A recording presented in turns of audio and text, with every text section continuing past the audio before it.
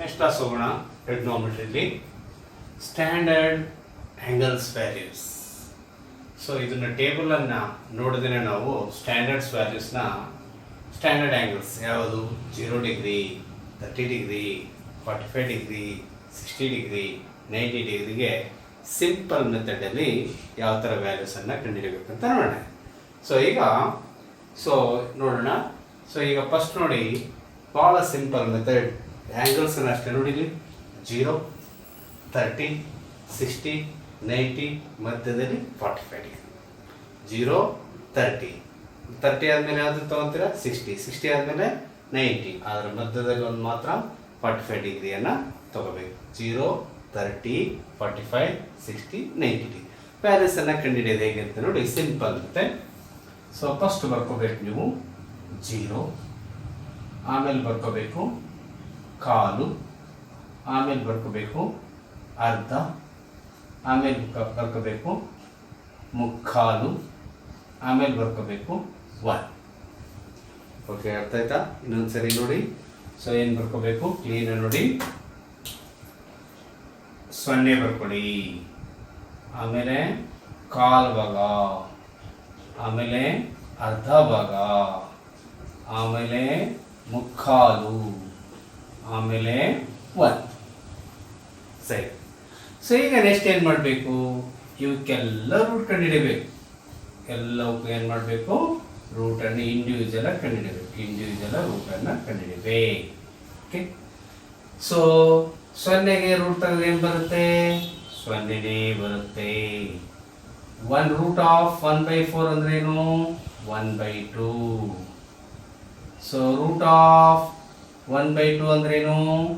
So root 1 divided by root 2 ಆಗುತ್ತೆ. So ಅದೇ ಥರ ಈ ಕಡೆದು ರೂಟ್ 3 ಡಿವೈಡೆಡ್ ಬೈ ರೂಟ್ 4 ಆಗುತ್ತೆ. ಸೊ ನೆಕ್ಸ್ಟ್ ನೋಡಿ, ರೂಟ್ 1 ಅಂದರೆ ಬರೆದ್ರು ಅಷ್ಟೇ, ಬಿಟ್ಟರು ಅಷ್ಟೇ. ಓಕೆ, ಗೊತ್ತಾಯ್ತಾ? ಸೊ ಇದನ್ನು ಬೇಕಾದ್ರೆ ಗೊತ್ತಾಗಿದ್ರೆ root 1 divided by root 2, root of 0 ಅಂದರೆ 0.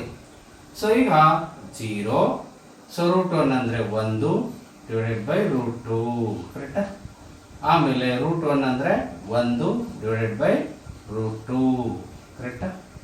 ಸೊ ನೆಕ್ಸ್ಟ್ ನೋಡಿ, ಸಾರಿ ಇಲ್ಲಿ ತಪ್ಪಾಯ್ತು ನೋಡಿ. ಸೊ ಇದು 1/√4.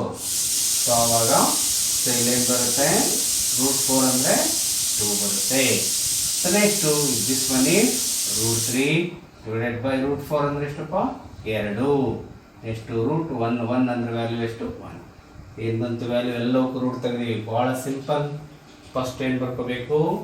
0 ಬರ್ಕೊಂತೀಯಾ, ಕಾಲು ಬರ್ಕೊಳ್ತೀಯಾ, ಆಮೇಲೆ ಅರ್ಧ ಬರ್ಕೊಳ್ತೀಯಾ, ಆಮೇಲೆ ಮುಕ್ಕಾಲನ್ನು ಬರ್ಕೊಳ್ತೀಯಾ, ಆಮೇಲೆ 1 ಬರ್ಕೊಳ್ತೀಯಾ. ಇವೆಲ್ಲವಕ್ಕೂ ರೂಟ್ ತೆಗಿಬೇಕು. ರೂಟ್ ತೆಗೆದ ಫೈನಲ್ ಆನ್ಸರ್ ಏನು ಬರುತ್ತೆ? 0, ಅರ್ಧ, 1/√2, ರೂಟ್ 3/2, ಆಮೇಲೆ 1. ಓಕೆ, ಇದನ್ನು ತಂದು ಇಲ್ಲಿ ಬರಬೇಕು. ಈ ಮೇಲ್ಗಡೆ ಕಾಣುತ್ತಲ್ಲ ಟೇಬಲಲ್ಲಿ, ಇದೆಲ್ಲ degrees, standard values. 0 degree, 30 degree, 45 degree, 60 degree. ಇಲ್ಲಿ ನೋಡಿ, 1, 2, 3, 4, 5 ವ್ಯಾಲ್ಯೂ. ಅದೇ ಥರ ಇಲ್ಲಿನೂ 0 degree, 30 degree, 45 degree, 60 degree, 90 degree. 0, 1, 2, 3, 4, 5 value ಬರ್ಕೋಬೇಕು.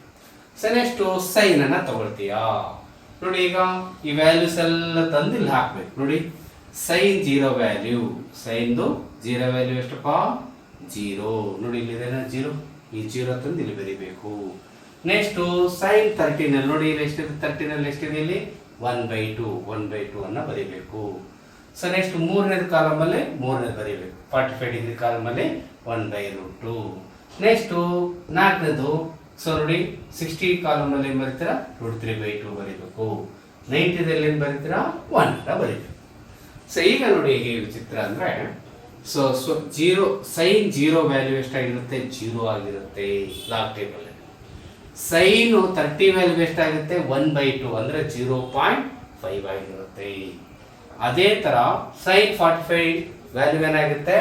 1/√2 ಆಗಿರುತ್ತೆ. 1/√2 ಆಗಿರುತ್ತೆ. ಸೈನ್ 60 ವ್ಯಾಲ್ಯೂ ಏನಾಗುತ್ತೆ? ರೂಟ್ 3/2 ಆಗಿರುತ್ತೆ. ಸೈನ್ 90 ವ್ಯಾಲ್ಯೂ ಏನಾಗಿರುತ್ತೆ?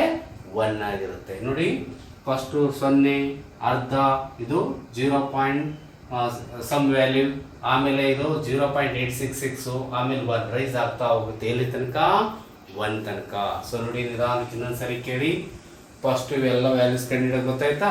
ಇದನ್ನ ತಂದು ಇಲ್ಲಿ ಹಾಕಬೇಕು. Sine 0 value 0, sine 30 value 1/2, sine 45 value 1/√2, sine 60 value √3/2, sine 90 value 1. ಇದನ್ನು ಮತ್ತೆ ನಿಮಗೆ ಒಂದು ಸಿಂಪಲ್ ಆಗಿ ತೋರಿಸ್ತೀನಿ. ಸೊ ಈಗ ನೋಡಿ ಒಂದು ಆ್ಯಂಗಲ್ ಅನ್ನು ತೆಗೆದುಕೊಳ್ಳೋಣ, ಓಕೆನಾ? ಸೊ ನಿಮಗೆ ಗೊತ್ತಿದೆ ಸೈನ್. ಸೊ ಈಗ ನೋಡಿ ಹೈಪಾಥನಿಯಸ್ ರೌಂಡ್ ಹೊಡಿತಾ ಇರುತ್ತೆ. ನಾನೊಂದು ವ್ಯಾಲ್ಯೂ ತೊಗೊಳ್ತೀನಿ, ಯಾವುದು 30 ಡಿಗ್ರಿ, ಇಲ್ಲಿ 30 ಡಿಗ್ರಿ. ಸೊ ನೋಡಿ ಇದು ಹೈಪಾಥನಿಯಸ್, ಕರೆಕ್ಟಾ? ಇದು 90 ಡಿಗ್ರಿ ಹೈಪಾಥನಿಯಸ್.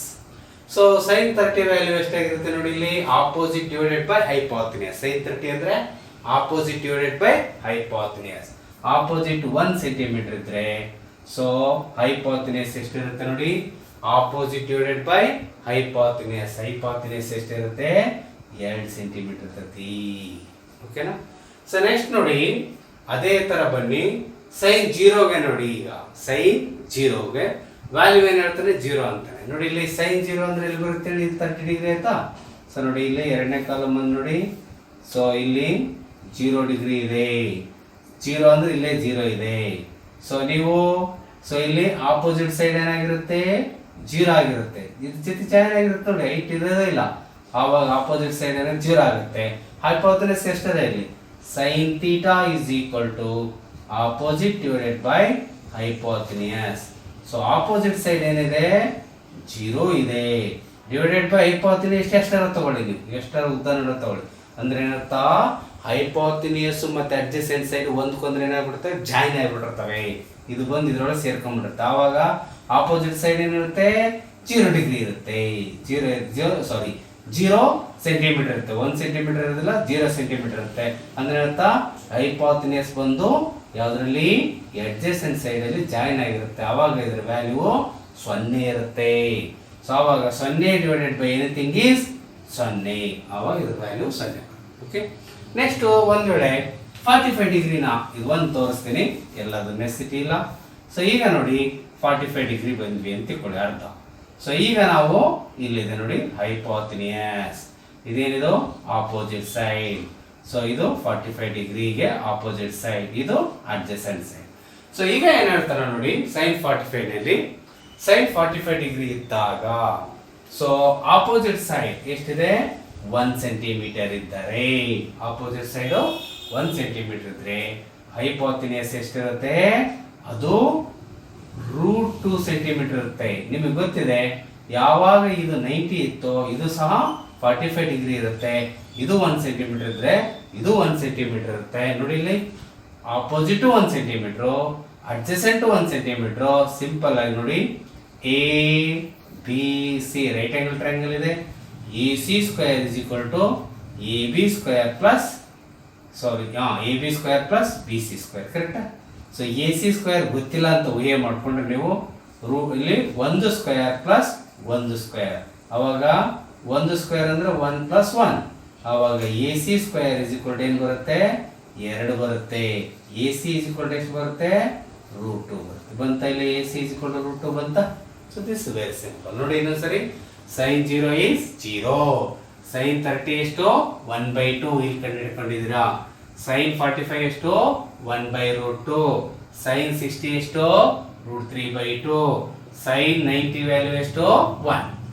ನೆಕ್ಸ್ಟ್ ಬಹಳ ಸಿಂಪಲ್. ಇದಕ್ಕಿನ್ನ ನೀವೇನ್ ಮಾಡಬೇಕು ಅಂದ್ರೆ ಇಲ್ಲಿರ್ತಕ್ಕಂಥದ್ದು ಇದು ರಿವರ್ಸ್ ಬರ್ಕೊಂಡು ಬರ್ಬೇಕು.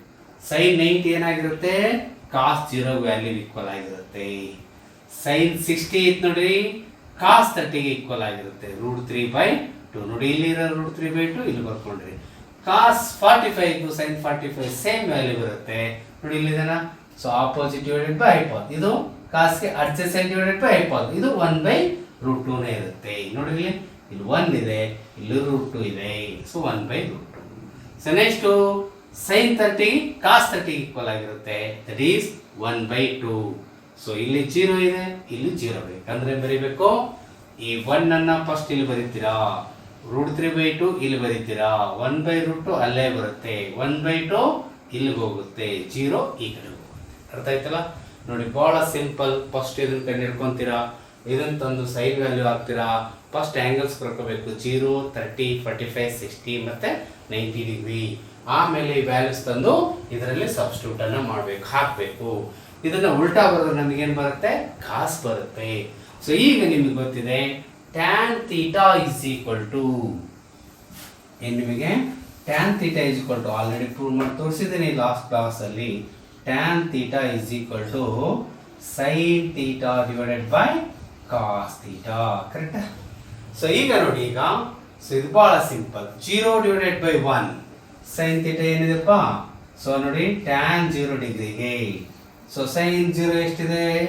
0 ಇದೆ. ಕಾಸ್ ವ್ಯಾಲ್ಯೂ ಎಷ್ಟಿದೆ? ಕಾಸ್ 0 ವ್ಯಾಲ್ಯೂ ಎಷ್ಟಿದೆ? 1 ಇದೆ. ಸೊ 0 divided by 1 ಅಂದ್ರೆ ಏನು ಬರುತ್ತೆ? 0ನೇ ಬರುತ್ತೆ. ಬಂದಿದ್ದಾನೆ ಇಲ್ಲಿ 0. ಸೊ ನೆಕ್ಸ್ಟ್ ನೋಡಿ, ನೋಡಿ tan 30 ಇದೆ. ಆಮೇಲೆ ಇನ್ನೊಂದು ಬಹಳ ವಿಚಿತ್ರ ನೋಡಿ, ಸೈನ್ ಮತ್ತೆ ಕಾಸ್ ವ್ಯಾಲ್ಯೂ 0 to 1, 1 to 0 ಒಳಗಡೆನೆ ಇರ್ತವೆ, ಹೆಚ್ಚು ಆಗಲ್ಲ ಕಡಿಮೆನೂ ಆಗಲ್ಲ. ಸೈನು 0 ದಿಂದ 1 ತನಕ ರೈಸ್ ಆಗ್ತಾ ಹೋಗುತ್ತೆ, ಕಾಸ್ ಏನಾಗುತ್ತೆ? ಸೊ 1 ನಿಂದ 0 ತನಕ ಕಮ್ಮಿ ಆಗ್ತಾ ಹೋಗುತ್ತೆ.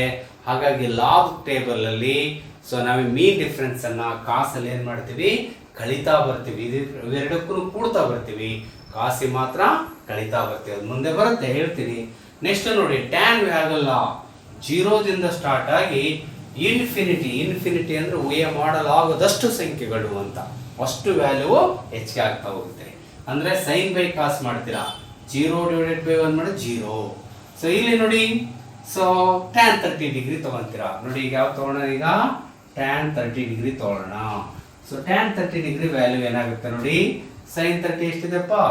1/2 hole divided by cos 30 value ಎಷ್ಟು? √3/2. √3 divided by 2. ನೋಡಿ ಇಲ್ಲಿ 1/2 ಇಂಟು ಇದು ಉಲ್ಟಾ ಆಗುತ್ತೆ 2/√3. 2 ಕ್ಯಾನ್ಸಲ್ ಆಗುತ್ತೆ, ವ್ಯಾಲ್ಯೂ ಎಷ್ಟು ಬಂತು? 1/√3. ಸೊ ಎಲ್ಲಿದೆ ನೋಡಿ, ಇಲ್ಲಿ ಕಾಣಿಸುತ್ತೆ, ಇಲ್ಲಿ 1/√3. ಓಕೆ. ನೆಕ್ಸ್ಟ್ 45 ಡಿಗ್ರಿ ತಗೊಳ್ಳೋಣ. ಅದು ಬಹಳ ಡೆಡ್ ಈಸಿ, ಇನ್ನೂ ಮೆಥಡು. ಸೊ ನೋಡಿ, ಈಗ tan 45 degree is equal to sin 45 degree divided by cos 45 degree. So what is the cos sin 45 value ಎಷ್ಟಿದಪ್ಪ? 1/√2 ಹೋಲ್ ಡಿವೈಡೆಡ್ ಬೈ 1/√2. ಅವಾಗ that is equal to 1/√2 into √2 divided by 1. ಇದು cancel ಆಗುತ್ತೆ, value ಎಷ್ಟು ಬರುತ್ತೆ? 1 ಬಂತು ಒಂದು. ಸೊ ಅದೇ ತರ ಸೊ ನೆಕ್ಸ್ಟ್ ಎಲ್ಲ ಡೆಡ್ ಈಸಿ. cos 30 2 ಕ್ಯಾನ್ಸಲ್ ಆಗುತ್ತೆ, √3 ಬರುತ್ತೆ. ಸೊ ನೋಡಿ, ಇಲ್ಲಿ ಬಹಳ important. So anything divided by 0 is equal to value ಬಂದು ಇನ್ಫಿನಿಟಿ. ಅಂದ್ರೆ ಸಪೋಸ್ ನಿನ್ನ ಹತ್ರ ಒಂದು 5 ರೂಪಾಯಿ ಕಾಯಿನ್ ಇದೆ ಅಂತ ತಿಳ್ಕೊಳ್ಳಿ. ನಿನ್ನ ಹತ್ರ ಎಷ್ಟಿದೆ? 5 rupees ಕಾಯಿನ್ ಇದೆ. ನೀನು ಯಾರಿಗೂ ಇದನ್ನು ಡಿಸ್ಟ್ರಿಬ್ಯೂಟ್ ಮಾಡೋದೇ ಇಲ್ಲ. ಅವಾಗ ಅದು ಎಷ್ಟು ವರ್ಷ ಆದ್ರೂ ಏನಾರ ಚೇಂಜ್ ಆಗುತ್ತಾ, ಅಥವಾ ಅದ್ರ ವ್ಯಾಲ್ಯೂ ಏನಾದರೂ ಅದು ಹೆಂಗಿರುತ್ತೋ ಹಂಗೆ ಇರುತ್ತೆ. ಅದ್ರ ವ್ಯಾಲ್ಯೂಸ್ ಏನಾದರೂ ಕಡಿಮೆ ಆಗುತ್ತಾ? ಉದಾಹರಣೆ ನೋಡಿ, ನಿಮ್ಮ ಹತ್ರ 10 ರೂಪಾಯಿ ಇದೆ ಅಂತ ತಿಳ್ಕೊಳ್ಳಿ, ಇಬ್ಬರಿಗೆ ಹಂಚಿಬಿಟ್ಟಿದೆಯಾ ಅಂತ ತಿಳ್ಕೊ. ಆವಾಗ ಎಷ್ಟು ರೂಪಾಯಿ ಆಯ್ತು? ಇದು ಎಷ್ಟು ಅನಿಸ್ತೀಯಾ? 5 ರೂಪಾಯಿ ಅನಿಸ್ತೀಯಾ? ಕರೆಕ್ಟಾ? 5 ರೂಪಾಯಿ ಅನಿಸ್ತೀಯಾ? ಆದ್ರೆ ನೀನು ಇಲ್ಲಿ ಯಾರಿಗೂ ಹಂಚೋದೇ ಇಲ್ಲ. 5 ರೂಪಾಯಿ ಹೆಂಗಿರುತ್ತೋ ಹಂಗೆ ಇರುತ್ತೆ. ಎಷ್ಟು ವರ್ಷಕ್ಕಾದ್ರೆ ಏನಾಗಿರುತ್ತೆ? ಹಾಗೇ ಇರುತ್ತೆ. ಅಂದ್ರೆ ಇನ್ಫಿನಿಟಿ ಅಂತ. ಟ್ರ್ಯಾಕ್ ಇದಾವಲ್ಲ, ಅವೆರಡು ಜಾಯಿನ್ ಆಗ್ಲಿಕ್ಕೆ ಸಾಧ್ಯನೇ ಇಲ್ಲ. ಕೊನೆಯ ತನಕ ನಾವೇನಾಗಿರ್ತವೆ? ಹಾಗೇ ಹೋಗ್ತಾ ಇರ್ತಾವಲ್ಲ, ಅದೇ ತರ ಇನ್ಫಿನಿಟಿ ಅಂದ್ರೆ ಊಹೆ ಮಾಡಲಾಗದಷ್ಟು ಸಂಖ್ಯೆ ಅಂತ. ಓಕೆ. ಸೊ ನೆಕ್ಸ್ಟ್ ಬನ್ನಿ, ನೆಕ್ಸ್ಟ್ ಬಹಳ ಇನ್ನೂ ಸಿಂಪಲ್ ನೋಡಿ. ಇನ್ನೊಂದ್ಸರಿ ಕಾಸ್ ವ್ಯಾಲ್ಯೂಗೆ ಏನ್ ಮಾಡಿದ್ವಿ? ಫಸ್ಟ್ ಸೈನ್ಗೆ ಆ ವ್ಯಾಲ್ಯೂ ತಂದಾಕಿದ್ವಿ, ಕಾಸ್ ವ್ಯಾಲ್ಯೂಗೆ ಉಲ್ಟಾ ಬರ್ಕೊಂಡ್ಬಂದ್ವಿ. ಟ್ಯಾನ್ ವ್ಯಾಲ್ಯೂಗೆ ಏನ್ ಮಾಡ್ತೀರಾ? ಇದು ಡಿವೈಡೆಡ್ ಬೈ ಇದನ್ನ ಮಾಡಿದ್ವಿ, ಇದು ಡಿವೈಡೆಡ್ ಬೈ ಇದು, ಇದು ಡಿವೈಡೆಡ್ ಬೈ ಇದು, ಇದು ಡಿವೈಡೆಡ್ ಬೈ ಇದು, ಇದು ಡಿವೈಡೆಡ್ ಬೈ ಇದು, ಇದು ಡಿವೈಡೆಡ್ ಬೈ ಇದು ಮಾಡಿದ್ರೆ ಯಾವ್ದು ಬಂತು ನಮಗೆ? ಟ್ಯಾನ್ ಬಂತು, ಟ್ಯಾನ್ ಬಂತು, ಟ್ಯಾನ್ ಬಂತು, ಟ್ಯಾನ್ ಟ್ಯಾನ್. ಕರೆಕ್ಟಾ? ಸೊ ನೆಕ್ಸ್ಟ್ ನೋಡೋಣ ಕೊಸಿಕ್ಯಾನ್. ಇದು ಬಹಳ ಸಿಂಪಲ್. ಸೈನ್ ಅನ್ನ ಉಲ್ಟಾ ಬರೆದ್ಬಿಟ್ರೆ ನಿಮ್ಗೆ ಏನ್ ಬರುತ್ತೆ? ಕೊಸಿಕ್ಯಾನ್. ಇಲ್ಲಿ 0 ಬರಬೇಕು ಅಂದ್ರೆ ನೋಡಿ, 0 ಬರಬೇಕಂದ್ರೆ 0 divided by anything is equal to 0. ಕರೆಕ್ಟಾ? ಸೊ ಅಲ್ಲಿದು ಉಲ್ಟಾ ಬರೆದಾಗ ಏನಾಗುತ್ತಪ್ಪ? 1 ಡಿವೈಡೆಡ್ ಬೈ 0 ಆಗುತ್ತೆ. 1 ಡಿವೈಡೆಡ್ ಬೈ 0 ಅಂದ್ರೆ ಏನಪ್ಪ? ಇಲ್ಲಿ ಹೇಳಿದ್ರೆ ನೋಡಿ, 1 ಡಿವೈಡೆಡ್ ಬೈ 0 ಅಂದ್ರೆ ಏನು ವ್ಯಾಲ್ಯೂ?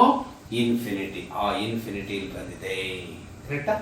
ಸೊ ನೆಕ್ಸ್ಟ್ ಸೊ ನೋಡಿ ಕೊಸಿಕ್ಯಾನ್ 30 ಗೆ ಇದನ್ನ ಉಲ್ಟಾ ಬರೀಬೇಕು 2/1 ಬಂದಂತ ಇಲ್ಲಿ 2/1. ಅದೇ ತರ ಕೊಸಿಕ್ಯಾನ್ 45 ಡಿಗ್ರಿಗೆ √2 ಡಿವೈಡೆಡ್ ಬೈ 1 ಬರೆಯೋದು ನೆಸೆಸಿಟಿ ಇಲ್ಲ ಬಿಟ್ಟಿದ್ದೀನಿ. ನೆಕ್ಸ್ಟ್ ಕೊಸಿಕ್ಯಾನ್ 60 ಡಿಗ್ರಿಗೆ 2 ನೋಡಿ ಇಲ್ಲಿ √3/2 ಇದೆ, ಇಲ್ಲೇನಾಗುತ್ತೆ 2/√3 ಉಲ್ಟಾ ಬರೆಯೋದು ಇದನ್ನ ಅಷ್ಟೇ. ಸೊ ಇಲ್ಲಿ 1 ಇದೆ, 1 ಹೇಗೆ ಬರುತ್ತೆ 1 ಡಿವೈಡೆಡ್ ಬೈ 1 ಬರುತ್ತೆ, 1/1 ಬರೆದ್ರು ಅಷ್ಟೇ. ಸೊ ಹಾಗಾಗಿ ಅದರ ವ್ಯಾಲ್ಯೂ ಎಷ್ಟಿರುತ್ತೆ 1 ಇರುತ್ತೆ. ಓಕೆ. ಸೊ ನೆಕ್ಸ್ಟ್ ನೋಡಿ ಸಿಕ್ಯಾನ್ 0 ಕಾಸ್ ಉಲ್ಟಾ ಬರೀಬೇಕು. ಸೊ 1 ಡಿವೈಡೆಡ್ ಬೈ 1 ಅಂದ್ರೆ 1 ಬಂತು. ಸೊ ಇದಕ್ಕೆ ಏನು ಬರೀತೀರ ಏನು ಸಿಕ್ಯಾನ್ಗೆ 2/√3 √2/1 2/1 ಇಲ್ಲಿ 0 ಇದೆ ನೋಡಿ, ಎಲ್ಲಿ 0 ಆಯಿತು ಅಲ್ಲೆಲ್ಲ ಏನು ಬರುತ್ತೆ ಇನ್ಫಿನಿಟಿ ಬರುತ್ತೆ. ನಿಮಗೆ ಗೊತ್ತಿದೆ cot θ = cosecant θ divided by secant θ. So ಆವಾಗ ಸೊ ಅಥವಾ tan θ ಉಲ್ಟಾ ಬರೀಬೇಕು. ಇಲ್ಲಿ ಯಾವಾಗ 0 ಬಂತು ಏನು ಬರುತ್ತೆ ಇನ್ಫಿನಿಟಿ ಬರುತ್ತೆ. ಇಲ್ಲಿ √3 1/√3 ಇದೆ, ಇದೇನಾಗುತ್ತೆ √3 ಆಗುತ್ತೆ. ಇಲ್ಲಿ 1 ಇದ್ರೆ 1 ಆಗುತ್ತೆ. ಇಲ್ಲಿ √3 ಇದೆ ಏನಾಗುತ್ತೆ ಹೇಳಿ 1/√3 ಆಗುತ್ತೆ. ಇಲ್ಲಿ ಇನ್ಫಿನಿಟಿ ಇದೆ ಏನಾಗುತ್ತೆ 0 ಆಗುತ್ತೆ. ಇದು ಬಹಳ simple. So C so let us see the standard angles values of 0 degree, 30 degree, 45 degree, 60 degree and 90 degree. So simply you can write the numbers. So fractions 0, 1/4, 1/2, √3/4 and 1. Make square root for all these numbers. Square root of 0, square root of 1/4, square root of 1/2, square root of 3/4, square root of 1. Square root of 0 is 0, square root of 1/4 that is equal to square 1 divided by square 4, square 1 square root of 1 divided by square root of 2, square root of 3 divided by square root of 4 and square root of 1 is nothing but 1. So 0 √1 is equal to that is 1, root of 4 is equal to 2, √1 is 1, √2 is equal to √2, √3 is equal to √3, √4 is nothing but 2. So and you will getting the 1. So you can write all these 5 values in the 5 columns 1, 2, 3, 4, 5. So that shows sin 0 is 0, sin 30 is 1/2, sin 45 is 1/√2, sin 60 is √3/2 and sin 90 is equal to 1. So next cos 0 is 0, cos 30 is equal to √3/2. So then you can write this reverse. Cos 0 is 1, cos 30 is equal to √3/2. See √3/2. Cos 45 is 1/√2. Cos 60 is equal to 1/2. Cos 0 is equal to 0. So now tan 0. So you are already know tan theta is equal to sin theta by cos theta. Tan 0 is equal to sin 0 by cos 0. That means 0 divided by 1 that is equal to 0. 1/√2 divided by √3/2, 2 will be cancelled. Now we will get the 1/√3.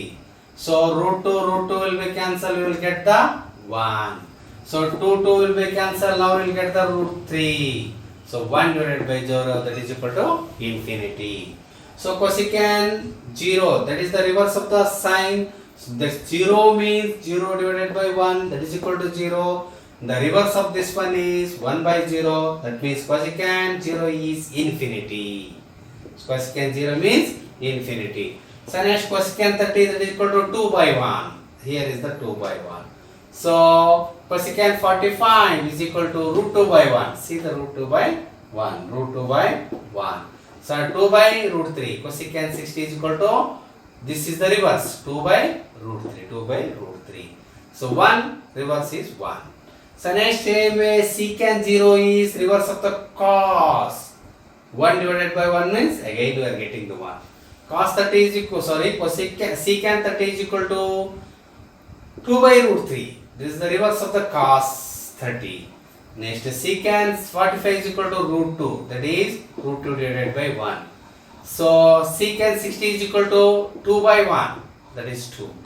So this 0 now it becomes to infinity. Now we will get the cot. It is the reverse of the tan. Cot 0 is equal to Reverse of 0 means infinity. This one is cot 30 degree is equal to root 3 by 1, that is root 3. Cot 45 is equal to root 2 will cancel, we will get the 1. Cot 60 is equal to reverse of the tan, that is root 3 is there. Now we are getting the 1 by root 3. Here is infinity is there, c is infinity. Now you are getting 0 by 1, that is equal to 0. This is the value of the standard angles 0, 30, 45, 60 and 90 degree. Okay, thank you.